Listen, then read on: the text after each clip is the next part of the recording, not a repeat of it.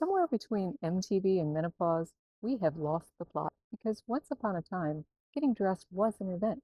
You had a favorite pair of jeans, a shirt you were absolutely not allowed to wear until the weekend, maybe a pair of earrings that were so large they could pick up satellite television. And you had a look, not an aesthetic, not a capsule wardrobe. Hey, look. Then life happened. Work, bills, relationships, kids if you had them. I did not. Responsibilities. And somewhere along the way, many of us quietly traded our personal style for clothes that were appropriate.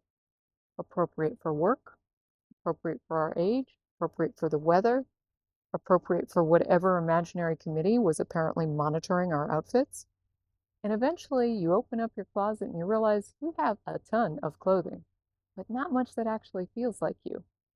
Welcome back to the Morbixia method, where we are rediscovering style we had before we started asking everybody else for permission.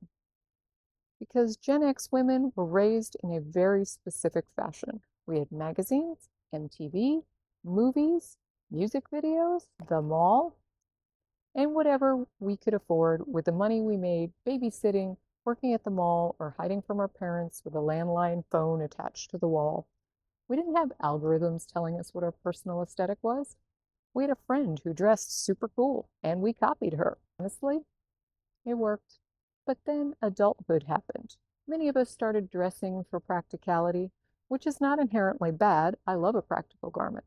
But practicality should not mean your wardrobe has to look like it was assembled by an emotionally exhausted beige committee. Beige has had enough chances in your life. So here's the Morbixia method question for today.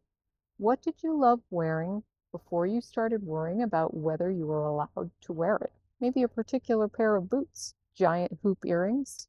Maybe you loved dressing like you were going to a concert even when you were just going to the grocery store. Maybe you were the girl in the oversized band shirt. Maybe you wore your hair big enough to have its own weather system. Maybe you were secretly a goth, but your parents referred to it as a phase. Now you're 30, 40, 50, or beyond, and you're realizing something incredibly inconvenient. The phase may have been the most authentic part of your teenage years. Personal style is not something you have to invent from scratch. Sometimes you just have to excavate it. Old photos, think about the clothing that you wore repeatedly, not the things you bought because they were trendy. The things you reached for because they made you feel like yourself. That's your evidence. That's the trail. Maybe your style today won't look exactly like it did in 1987. Thank goodness. Some of us have survived enough hairspray for one lifetime. I feel like my lungs are coated with Aquanet on the inside.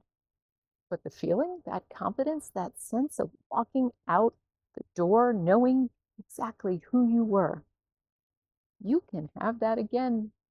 You don't need to dress like your younger self. You need to remember what your younger self already knew. You were never supposed to disappear into your wardrobe. You were supposed to be recognizable to yourself. I want you to find one piece of clothing that feels like the old you, the one piece that reminds you of her.